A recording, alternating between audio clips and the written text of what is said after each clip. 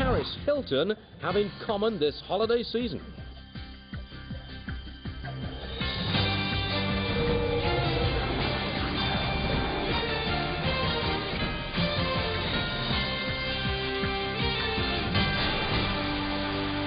Good evening, everyone. I'm Stuart Varney in tonight for Neil Cavuto. I am not going to sugarcoat it. The latest picture on the housing market does not look good.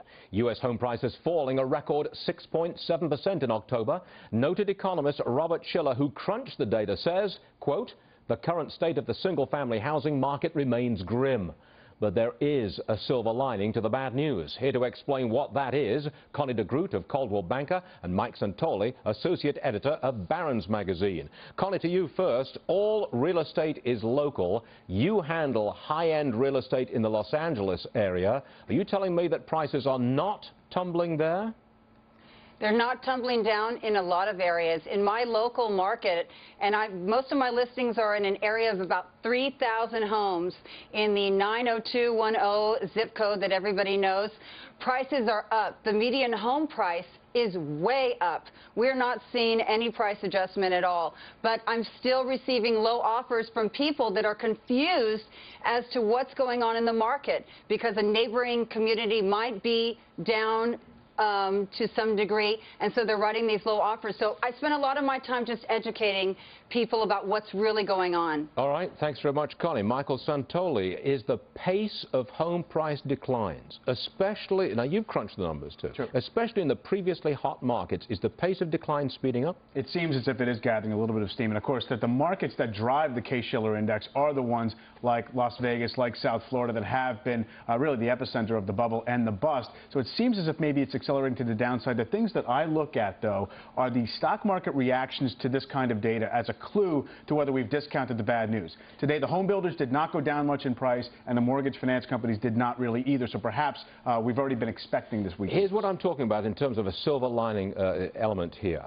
If you get an acceleration of price declines in previously key markets, hot markets, you get a washout. The sellers capitulate, basically, and you get a bottom for prices. Any sign that's happening? And that's the hopeful scenario. I would think we have the ingredients for that, perhaps. I think that perhaps psychology in terms of sellers, when they want to really dump their homes and capitulate, happens a bit more slowly in home markets than it does perhaps in securities markets. But it is perhaps on the way to something like that because of all this negative sentiment that's out there. All right, Connie, full disclosure, I'm a real estate active investor. I'm lowballing bids in Florida at this moment. Are you seeing a lot of people like me trying to get in at the lowest possible price first? Absolutely, and there's nothing wrong with that.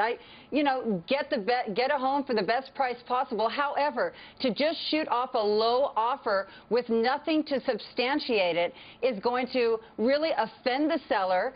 And even if you came up, they're not going to like you, and you're going to lose money. You're not going to get as good a deal. You need to do your research, some homework on what's really happening in that area. Well, did prices go down 10%, or did they go down 20%? I'll tell you what I'm doing here. I am bidding 30% below the previous selling price of 2004 and 2005. I am trying to wipe out all the effects of the housing bubble and go back to 01 and 02. Am I so wrong to do that?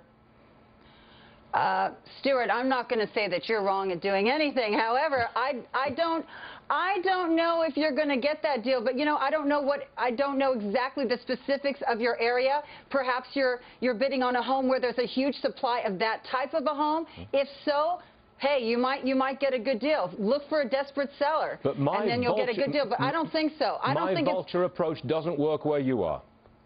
No. Don't waste the paper. All right. You know what, Stuart, if you get better, you need to get some good information on what's happening in your local area and then go after a great deal. There are people that have told me they bought a home in a certain area and they bought it for a great price, but they didn't. I know they didn't. They paid too much. Okay. So bad information is going to work against you. All right. You know what you're talking about. You've got your feet on the ground there in Los Angeles. So we thank you very much indeed. Michael. Thank you, Stuart. You don't think there's signs here? Well, here's what I would say. Go ahead. I watch the stock market, and when we've been in a bear market for a stock market, what you want to see is the mentality of bidders is not to actually look for that bottom. In other words, they are just as desperate as the sellers in many cases. And I also would say smart value buyers are usually a bit early.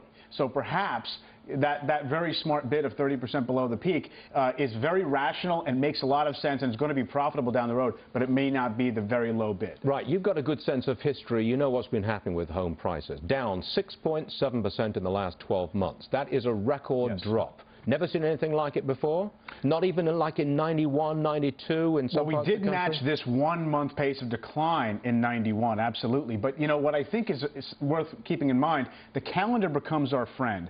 We started to see year-on-year declines in home prices early last year. As we get into early 08, we're going up against declines of a year ago. So, therefore, maybe the pace will accelerate, but perhaps not for a very long period of time. Yeah, I mean, Connie, let me bring you back into this because real estate is terrible in the wintertime, especially up here in the northeast, but springtime is the savior for realtors. Are you looking for some increase in bidding in the spring?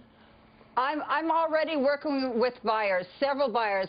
You know, in August when this whole thing came to a head, I was really nervous. I thought, oh my gosh, what's going to happen? How am I going to make a living? But you know what? I'm going into 2008 and I'm happy. And I know because I'm dealing with people that are going to make the numbers tomorrow. And I can tell that people have more confidence. They're less fearful. What we need is better information, and that is going to get rid of some of the fear. And a lot of these people will move off the fence. In Southern California, our sales are up 2% over last month. 2%. Normally, we decline. We like to hear that. Connie De Groot and Michael Santoli, gentlemen and ladies, thank you very much indeed. Appreciate it. Okay. My pleasure. Now, it may take some more than a spoonful of the president's mortgage measures for the housing medicine to go down. Try a 30% decline in home prices. That's according to the author of Crash Proof, Peter Schiff. He spelled it out.